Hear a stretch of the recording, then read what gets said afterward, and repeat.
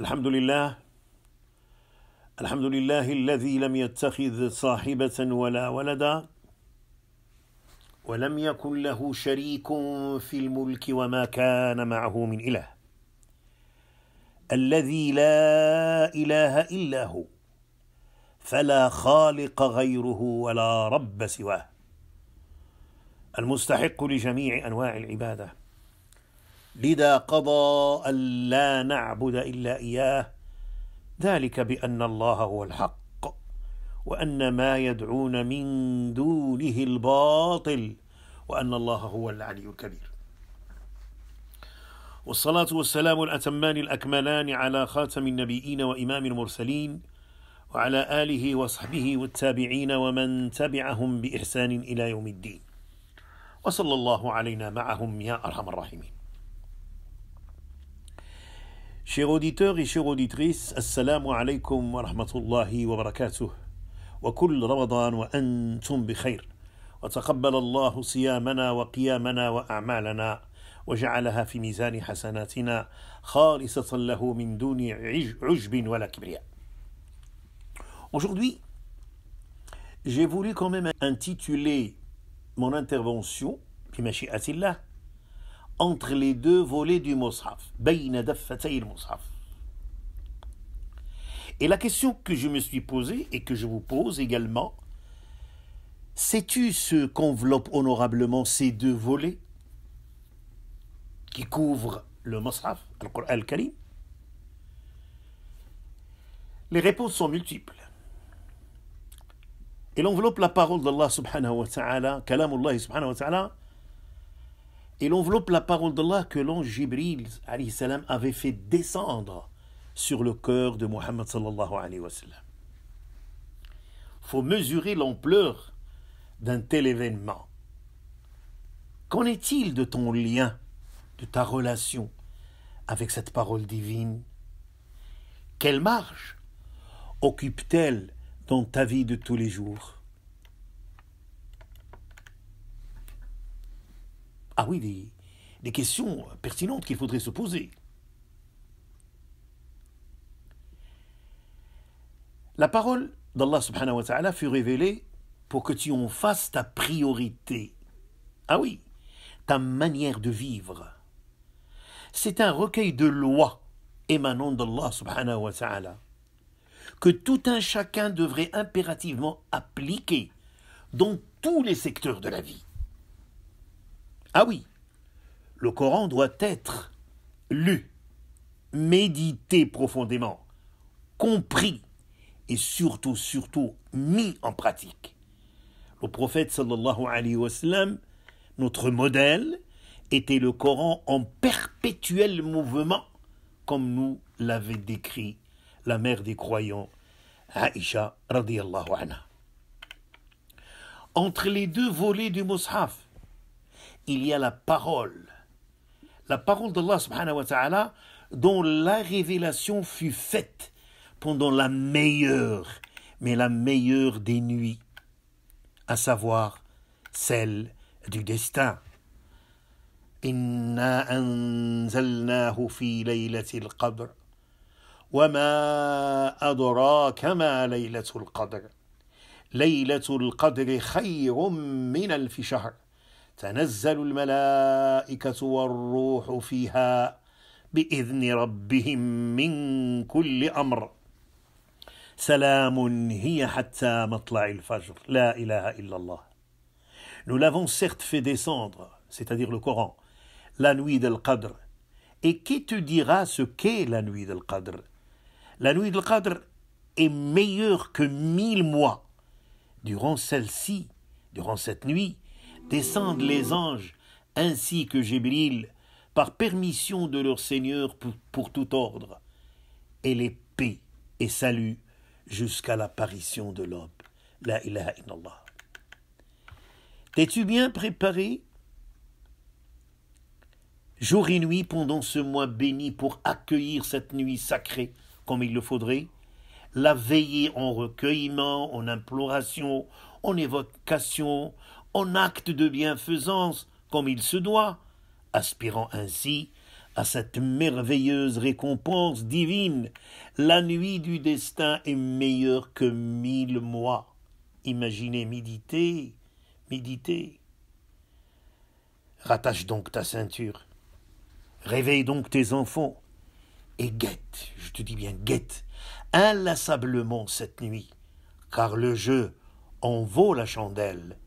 Ne te prive pas de ce don inestimable. Ne te prive pas de ce don divin, inestimable. Tu ne peux guère être sûr que tu sois en vie un autre Ramadan. Entre les deux volets du Mus'haf, il y a la parole d'Allah subhanahu wa ta'ala, dont la texture sacrée et les portées sémantiques prodigieuses constituent un miracle divin et un défi incontestable, mettant à genoux toute la rhétorique mécoise, toute l'éloquence oratoire de l'époque dont se vantait Quraysh. Rappelons brièvement les propos de Walid ibn al-Mughira, le richissime mécréant Qurayshite, lorsqu'il a entendu en cachette notre prophète sallallahu alayhi wa sallam réciter le Coran. Qu'est-ce qu'il avait dit? Et parmi ce qu'il avait dit, فَوَاللَّهِ مَا فِيكُم مِّن رَجُلٍ أَعْلَمَ بِالْأَشْعَارِ مِنِّي ولا أعلم برجسه ولا بقصيده ولا بأشعار الجن مني والله ما يشبه الذي يقول شيئا من هذا والله إن لقوله على رسول الله الذي يقول والله إن لقوله الذي يقول حلاوة وإن عليه لطلاوة وإنه لمثمر أعلاه مغدق أسفله وإنه ليعلو وما يعلى وإنه ليحطم ما تحته. Ce qui serait traduit par Allah, nul parmi vous ne connaît les genres de textes poétiques dans leur diversité, la grandeur des Arabes que moi. Nul d'entre vous ne connaît la poésie des djinns que moi.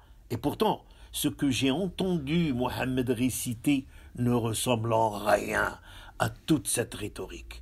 Par Allah, la récitation que j'ai entendue de la voix de Mohammed était d'une saveur unique, d'une douceur parfaite, prolifique, se hissant au point culminant que nulle éloquence ne peut atteindre ou surpasser, démolissant ainsi tout ce qui lui est subordonné.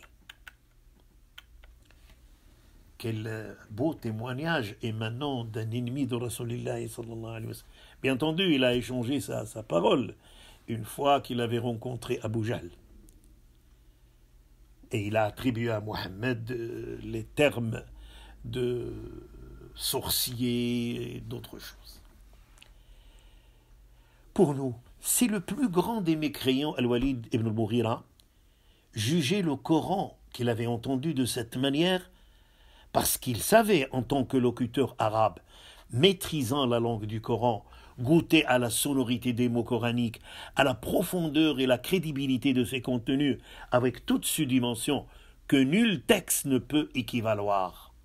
Qu'en est-il de ta lecture? Qu'en est-il de ta lecture et de ta méditation de la parole d'Allah? Dans quelle langue tu lis le Coran? Dis-le-moi, s'il te plaît. Tu te contentes, te contentes-tu occasionnellement de l'écouter sans le comprendre et partant l'appliquer? Ou te caches-tu derrière ton ignorance de l'arabe pour te trouver une excuse puérile, alors que sur les chaires universitaires, tu maîtrises à fond les cours académiques, les formules scientifiques, tu as cette fierté de parler d'autres langues. Car un tel savoir te permet, je le dis bien légitimement, une certaine promotion sociale terrestre, mais éphémère, alors que le Coran, la parole d'Allah subhanahu wa ta'ala, t'assure le bonheur éternel ici-bas et dans l'au-delà. Une fois mort, tes diplômes disparaissent, ta promotion sociale n'existe plus. Mais une fois là-bas, c'est ça notre avenir. Le Coran ne t'a-t-il pas recommandé de prime abord d'apprendre? Ah oui? De t'armer de savoir vivre, de savoir être et de savoir devenir. Le Coran est notre unique planche de salut, qui fut révélé dans une caverne isolée en présence d'une seule personne, Muhammad sallallahu alayhi wa sallam, pendant la meilleure des nuits, et le premier ordre donné dès le début par notre Seigneur, subhanahu wa ta'ala, Iqra. Iqra bismi rabbika alladhi khalaq, khalaqa l'insana min alaq, Iqra wa rabbuka al-akram, alladhi allama bil qalam, allama l'insana ma lam ya'lam. Le savoir est une priorité, mais ce savoir doit te conduire à travers le Coran et à travers également le Sunna, va te conduire dans la bonne voie qui prépare pour l'éternité. Entre les deux volets du Coran, il y a la parole d'Allah subhanahu wa ta'ala dans la lecture et adoration. Ah oui, adoration conçue dans toutes ses dimensions, spirituelle que comportementale. Et alors, qu'as-tu donc appris du Coran? Qu'est-ce que la parole d'Allah subhanahu wa ta'ala avait changé en toi? Quel formatage fut-il réalisé dans ton comportement avec ton Créateur, qui, à travers le Coran, t'a tracé scrupuleusement et merveilleusement la ligne de conduite que tu devrais en principe emprunter, que ce soit au niveau de ta religion, de ton être, de tes biens, de ta vie conjugale, de tes relations avec les autres, parents, conjoints, voisins, musulmans, non musulmans, etc. Qu'as-tu donc appris? C'est la lecture des 6666 ou 6236 selon certaines versions. Si la lecture de ces versets, 6666 ou 6236, n'a rien modifié en toi, n'a rien régulé au niveau de ta vie de tous les jours, n'avait pas laissé son impact sur ton être, et ce le long de ton séjour, de ton campement éphémère sur cette terre, c'est que tes lectures n'étaient qu'oralisation, qu'émission de sang. Quelle perte, quel fiasco. ربنا لا تؤاخذنا إن نسينا أو أخطأنا ربنا ولا تحمل علينا إصرا كما حملته على الذين من قبلنا ربنا ولا تحملنا ما لا طاقة لنا به اعف عنا واغفر لنا وارحمنا أنت مولانا فانصرنا على القوم الكافرين اللهم اجعلنا جميعا من أهل القرآن. السلام عليكم ورحمة الله وبركاته وأستودعكم الله الذي لا تضيع ودائعه.